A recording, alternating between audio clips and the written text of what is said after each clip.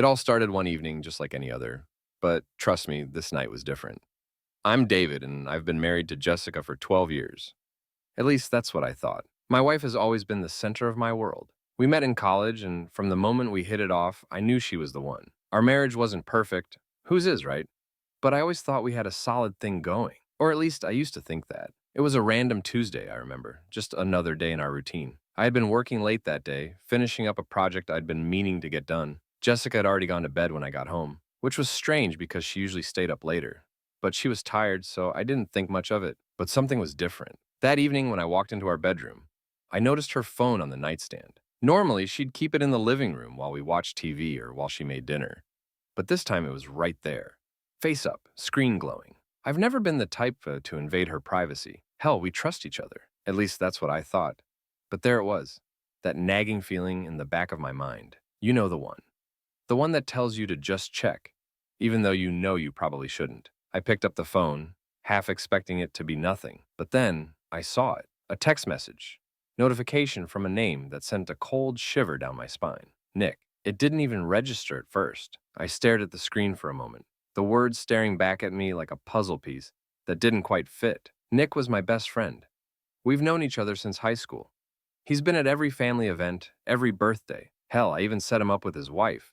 We're practically family. So why in the world was Jessica texting him at 11 p.m.? And why was she smiling at her phone as if she was sharing some kind of inside joke with him? I told myself it was nothing. I told myself they were just friends. They had to be. But my stomach twisted, and that's when the first little crack in the perfect picture of my life started to form. The next day, things seemed off. Jessica was acting distant, more than usual. She was quieter, avoiding eye contact, and her usual warmth seemed to have disappeared. She'd always been affectionate, always had a way of making me feel loved. But now it was like there was a wall between us. I thought it was just a bad day, maybe something had happened at work, but it didn't stop there. Over the next few days, she started staying late after work. She would come home later than usual, saying it was because of extra meetings. There were nights when she said she had girls' nights with friends, but I never saw any of them. Not even a text or a mention of who was there. But it wasn't just the late nights. I started noticing other things too. The way she'd get dressed, putting on outfits she never wore before, the way she'd spend extra time in front of the mirror, touching up her makeup, saying it was for a client meeting. I remember thinking, that's weird. She doesn't need to impress anyone at work. She works from home. But I didn't say anything. I tried to convince myself I was being paranoid. It was subtle at first, but the cracks were becoming bigger. I even caught her once, texting again at the dinner table. When I asked who it was, she quickly shoved the phone in her pocket, giving me that forced smile. Just work stuff. But I knew it wasn't work. I knew it wasn't just a coincidence anymore. And then it hit me. One weekend, when she suggested we spend the day apart. I need some time alone, she said, almost too quickly. It wasn't like her. She was always up for a weekend adventure or a movie night. But this time, she seemed eager to get away from me. Why do I feel like something's not right? I remember standing there in the doorway, watching her pack a bag for a hike. She said it was just a short trip to clear her head, but when I glanced at the bag, I noticed she was packing clothes I didn't recognize. Clothes that weren't just for hiking, dresses, and a pair of heels. Jessica, what's going on? I asked. She shot me a quick glance, as if trying to hide something, but then she just smiled, a little too brightly. It's nothing, just need some time, you know? It didn't make sense. I wasn't stupid. I knew there was more to it, and I told myself it was nothing. I wanted to believe it was nothing. But deep down, something told me that I was right to feel uneasy, and that feeling would haunt me every day from that point on. As much as I wanted to confront her, to just ask her about Nick, I held back. I wasn't ready. I needed to know more before I made any rash decisions. But deep down, I knew this was just the beginning of something that would change everything. I wasn't sure how or when, but I was going to find out what was really going on. And when I did, the truth would hit me harder than I could ever have imagined. For the next few days, I couldn't shake the feeling that something was wrong. Jessica's behavior was starting to become harder to ignore. But the weird thing was, I still couldn't pinpoint exactly what it was. There were no big signs, just little things that added up piece by piece until it felt like I was drowning in them. The morning after I saw her leave early, I tried to tell myself that maybe I was overreacting. But as the days went on, those little things became more glaring. For example, her phone. It had always been a part of our routine, never anything too personal, no big secrets. But lately, I'd noticed that it always sat face down on the kitchen counter. And when I asked her about it one night, she just laughed it off, saying it was a habit and nothing more. But the way she looked at me while saying it, it didn't sit right. I started noticing other things, like she was being more private than usual, not just with her phone, but in general.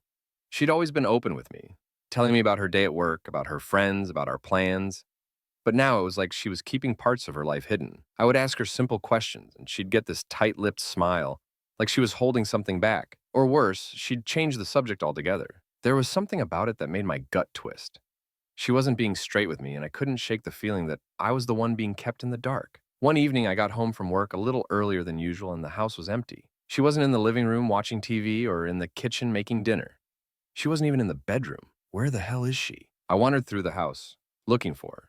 Then I heard a noise from the garage. When I walked in, I found her standing near the car, her face flushed. I asked her what she was doing, and she quickly covered up with a weak excuse. Just checking the tires, the car's been making this weird noise. But when I looked down, I noticed something that made my heart skip. Her purse was wide open on the hood of the car, and there were papers and receipts scattered around it.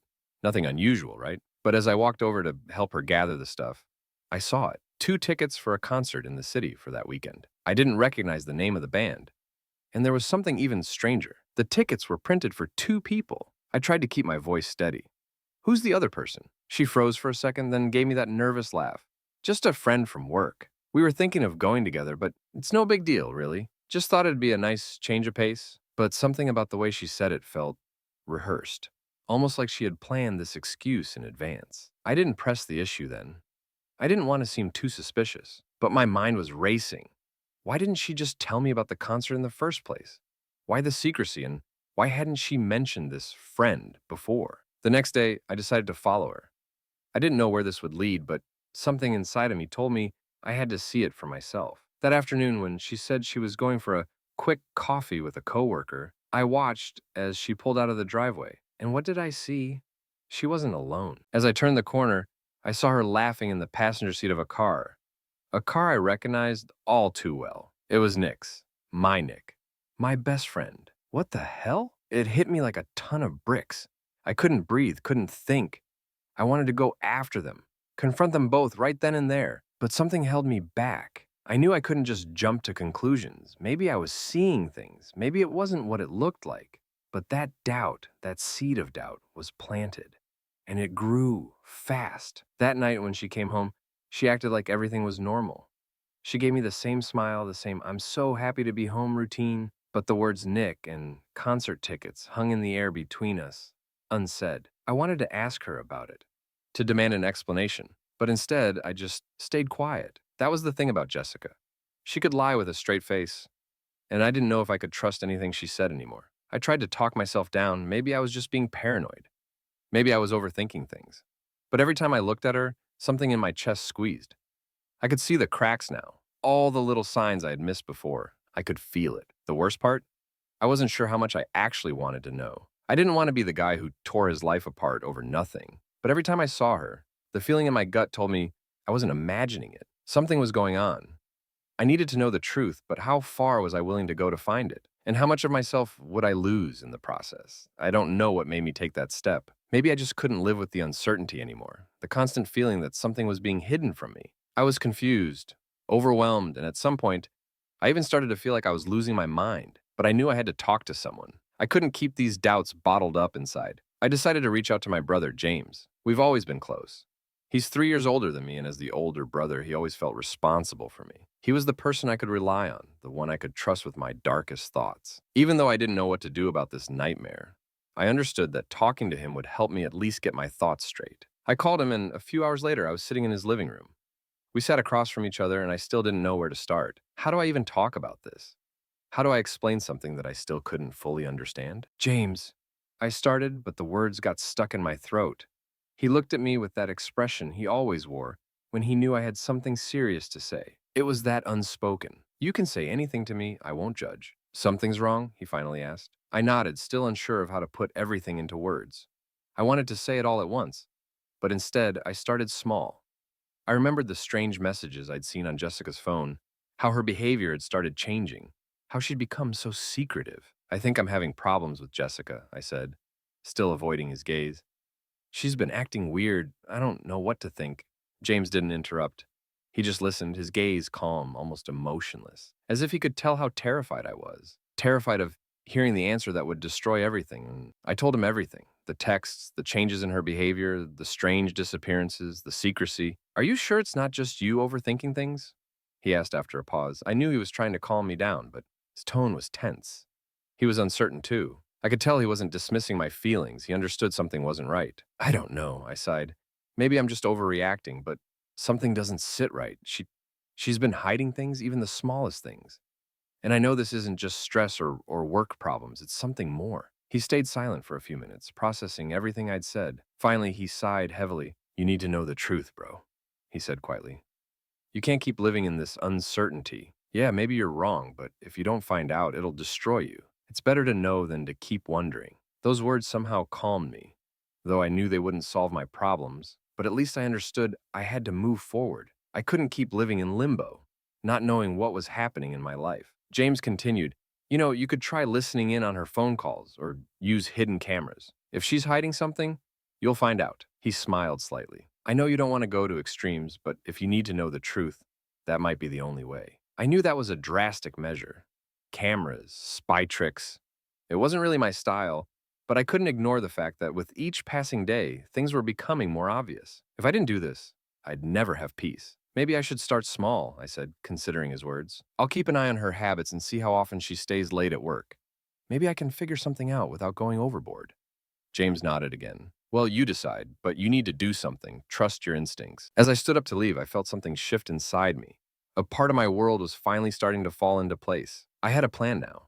I didn't know if it was perfect or if it would lead to more heartbreak, but at least I knew what to do next. I looked at James and realized I wasn't alone anymore, and I had support, though not exactly in the form I'd expected, but now I had a plan, and I was ready to carry it out. And before you hear what happened next, don't forget to like and subscribe. It's very important to us. Thank you. After talking to James, I knew I couldn't sit around and let this gnaw at me anymore. The doubt had already consumed me. Every second I spent wondering what was really going on was another second of my life slipping away. If I wanted answers, I couldn't just wait around for them to come. I had to make them happen. I sat down that night and grabbed a notebook.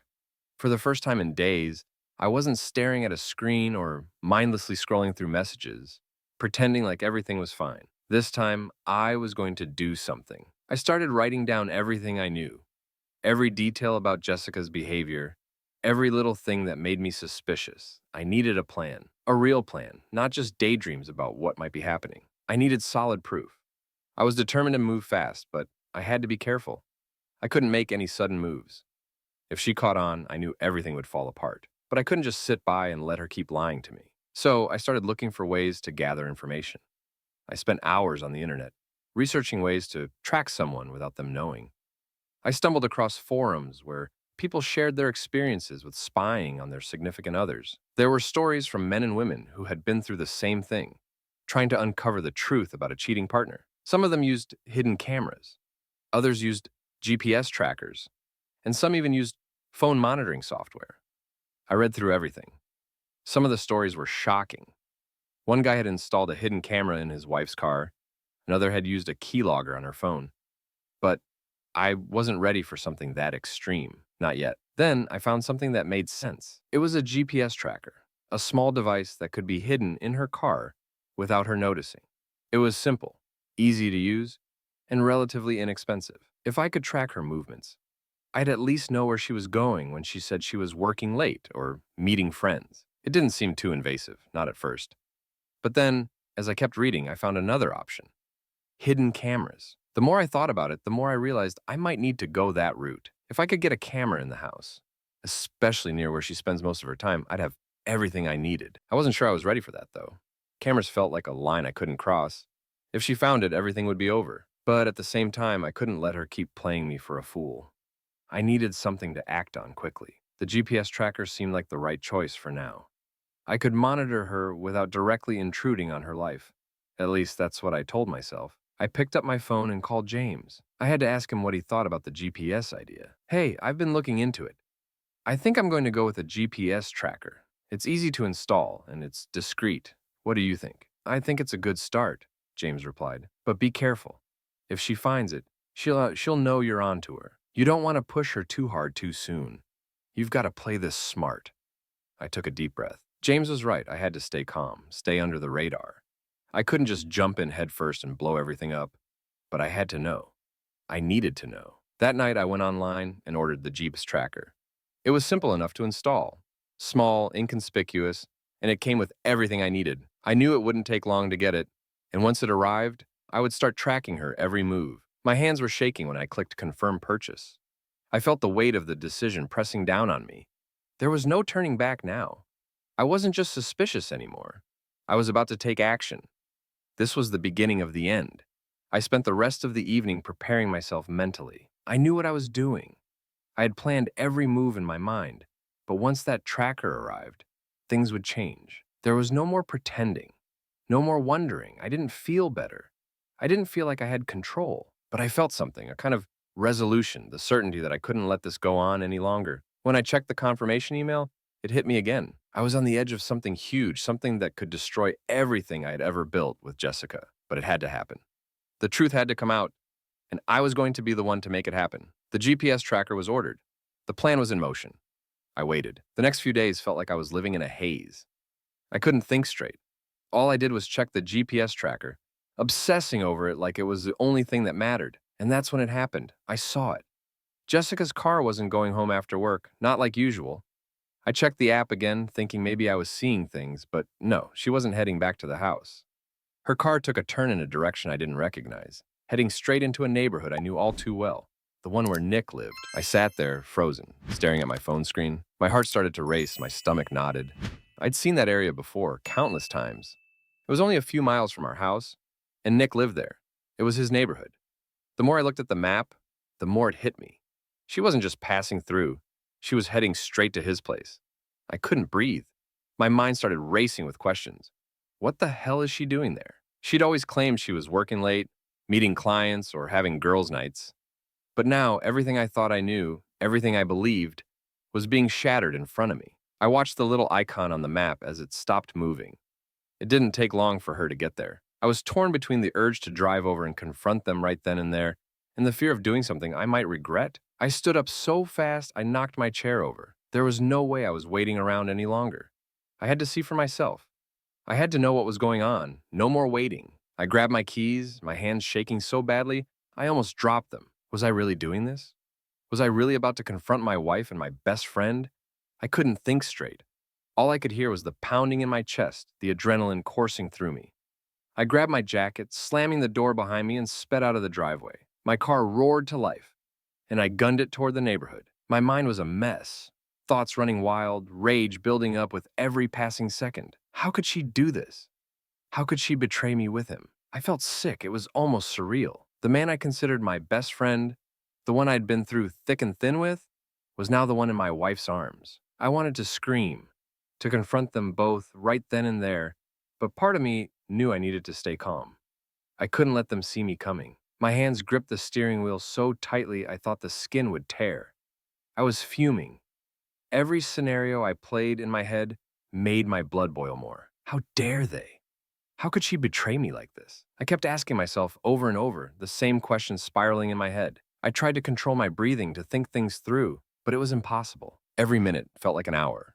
I was approaching Nick's place now. I could feel the heat in my chest rising. Anger, disbelief, confusion, all mixed into one giant mess. I didn't waste another second. As I neared Nick's house, I didn't bother finding a place to park out of sight. I pulled up directly across the street, engine still running. My blood was boiling, and every rational thought seemed to be drowned out by the sound of my own heartbeat in my ears. I glanced down at my phone. Jessica's car was still parked there, just as I'd seen on the tracker. There was no more doubt. She was inside, and she wasn't leaving anytime soon. I didn't need to think anymore. I was done thinking. I grabbed my phone, the camera app already open. This time, there would be no ambiguity, no question. I was going to capture everything, every second, every moment. I was going to make sure there was proof. Solid, irrefutable proof. I shoved the phone into my hand, gripped it tight, and made my way to the front door. My steps were fast, my mind sharp, but filled with nothing but anger. Every muscle in my body screamed for action, to do something, to make them pay. I wasn't going to waste time. No knocking, no waiting. I threw open the door and stepped inside, the camera rolling as I entered. And there they were, Jessica sitting on the couch, and Nick right next to her. Both of them froze at the sight of me, their faces going pale as I captured every second of their shock. I took them in, and the scene was everything I'd feared and more. Jessica was disheveled, her clothes half on, half off, her hair a mess, as she scrambled to pull herself together. Nick wasn't much better. His shirt half unbuttoned, his posture tense as if he was trying to act casual. But it was obvious they had been caught in the act. I didn't give them a chance to speak. The phone in my hand recorded everything, and my voice cut through the silence like a knife. "You think I'm stupid?" I said, my voice calm but seething with anger. "You think I wouldn't find out? You think I wouldn't see what's been going on behind my back?" Jessica's eyes widened, her mouth opening as if she was about to say something, but I didn't let her. "Get your shit and get out of my life," I spat, my words sharp as I pointed at the door. "Take Nick with you. Go wherever you want. But I'm done. Don't ever come near me again." Jessica stood there, speechless, the shock still evident on her face. I could see the realization hitting her. There was no escaping this. I wasn't the man she could manipulate anymore. Nick stepped forward, his hands raised as if trying to placate me. "David, wait, let me explain." I cut him off, my voice rising. "Explain? Explain what? That you've been screwing my wife behind my back? That you, Nick, my best friend, have been doing this to me?" His face reddened with guilt, but no words came out. I wasn't looking for excuses. I was looking for retribution. I turned back to Jessica. "You think you can just betray me like this, Jessica? After everything we've been through? How dare you?" I wasn't done yet. I took a deep breath, my heart racing with each word I said. "You don't deserve another minute of my time. Don't ever come back to this house. Don't ever come near me again." I glared at both of them, the weight of my words sinking in. They were silent, broken in their own ways, but I wasn't done yet. "This is over. You both are dead to me." I turned and left, the door slamming shut behind me with a finality I couldn't ignore. I had done it. The truth was out, and everything changed. They could run, hide, make excuses, but nothing would ever fix this. It was over for them, and I was just getting started. After that night, there was no turning back. I had everything I needed: proof, the anger, and the will to destroy everything they had built. I spent the next few days refining my plan, making sure there were no loose ends. It wasn't just about revenge, it was about completely dismantling their lives. They needed to feel every ounce of pain I'd felt, but they also needed to know that there would be no escaping the consequences. I spent hours sitting in front of my computer organizing everything. I created multiple fake accounts on social media, using them to distribute the photos and videos I had collected. The world would see what they were really doing behind closed doors. I made sure to target everyone who could ruin their lives: her boss, his colleagues, friends, anyone who could help bring them down. I knew Nick's career depended on his reputation, so I found the perfect way to strike. I contacted the tax authorities and sent them information about his hidden offshore accounts. Within days, his office was raided, his assets frozen, and his career was hanging by a thread. But that was just the beginning. I took the videos of their affair, the ones where they laughed and touched each other like they had every right to, and I sent them to everyone. I blasted the footage across the internet, to news outlets and forums. It wasn't long before the comments started flooding in. People tore them apart. Jessica's face, her intimate texts, and pictures, everything they thought they could keep hidden, was out in the open, and there was no taking it back. Nick's reputation was obliterated. The public shamed him, and his colleagues started turning their backs on him. I'd sent the video to his boss, too. Within a week, he was out of a job. His career, once built on trust, crumbled like dust. Then I turned my attention to Jessica. She thought she could run, but she couldn't hide from what I'd done. Her boss fired her almost immediately after receiving the footage. She was radioactive. No one wanted to hire a woman with such a public scandal attached to her name. It didn't matter how many interviews she went to. Her reputation had been soiled beyond repair. And as for her friends, they distanced themselves one by one. When they saw the videos and heard the stories, they all turned their backs. No one wanted to be associated with her anymore. She had no one left. With everything falling apart for them, I knew it was time for the final act. The divorce papers were filed quickly. I didn't need to explain myself to anyone. The evidence was undeniable, and I had everything: photos, videos, recordings. The court awarded me full control over our assets, the house, everything. Jessica left with nothing but her shame. Nick didn't fare much better. He lost everything: his job, his friends, his credibility. People who once respected him now saw him as a traitor, a coward. His social circle was gone, and no one would touch him. I watched as their lives burned to the ground, and in that moment, there was no satisfaction. There was no joy in seeing their misery. I had gotten what I wanted, but the emptiness was all that remained. I'd spent so much time planning, so much energy on this revenge, that it had consumed me. The rage had driven me, but now, as I looked at the ruins of their lives, I realized something. This wasn't justice. It wasn't a victory. It was a long, ugly road I'd walked, and in the end, it only left me exhausted. But at least I was free. Free of the lies, free of the weight they had put on me. The anger faded, replaced by something else, emptiness. But even that was better than what I'd been living with. I didn't want to keep thinking about them. I didn't need to. They were gone from my life now, and that was enough. I'd won, but the price of victory was higher than I ever imagined. The chapter was closed, and I was ready for a new life. Part 6, The Price of Justice. After that night, there was no turning back. I had everything I needed: proof, the anger, and the will to destroy everything they had built. I spent the next few days refining my plan, making sure there were no loose ends. It wasn't just about revenge, it was about completely dismantling their lives. They needed to feel every ounce of pain I'd felt, but they also needed to know that there would be no escaping the consequences. I spent hours sitting in front of my computer, organizing everything. I created multiple fake accounts on social media, using them to distribute the photos and videos I had collected. The world would see what they were really doing behind closed doors. I made sure to target everyone who could ruin their lives: her boss, his colleagues, friends, anyone who could help bring them down. I knew Nick's career depended on his reputation, so I found the perfect way to strike. I contacted the tax authorities and sent them information about his hidden offshore accounts. Within days, his office was raided, his assets frozen, and his career was hanging by a thread. But that was just the beginning. I took the videos of their affair, the ones where they laughed and touched each other like they had every right to, and I sent them to everyone. I blasted the footage across the internet, to news outlets and forums. It wasn't long before the comments started flooding in. People tore them apart. Jessica's face, her intimate texts and pictures, everything they thought they could keep hidden, was out in the open, and there was no taking it back. Nick's reputation was obliterated. The public shamed him, and his colleagues started turning their backs on him. I'd sent the video to his boss, too. Within a week, he was out of a job. His career, once built on trust, crumbled like dust. Then I turned my attention to Jessica. She thought she could run, but she couldn't hide from what I'd done. Her boss fired her almost immediately after receiving the footage. She was radioactive.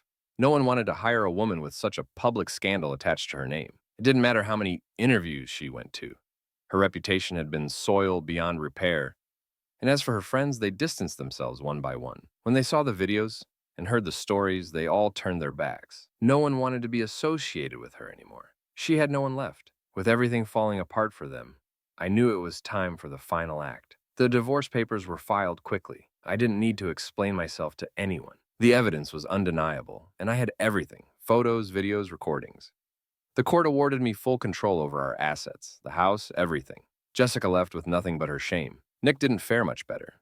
He lost everything: his job, his friends, his credibility. People who once respected him now saw him as a traitor, a coward. His social circle was gone, and no one would touch him. I watched as their lives burned to the ground, and in that moment, there was no satisfaction. There was no joy in seeing their misery. I had gotten what I wanted, but the emptiness was all that remained. I'd spent so much time planning, so much energy on this revenge, that it had consumed me. But at least I was free. Free of the lies, free of the weight they had put on me. Thank you for listening to this story to the end. Write your thoughts about it in the comments, and do not forget to subscribe. See you in the next videos.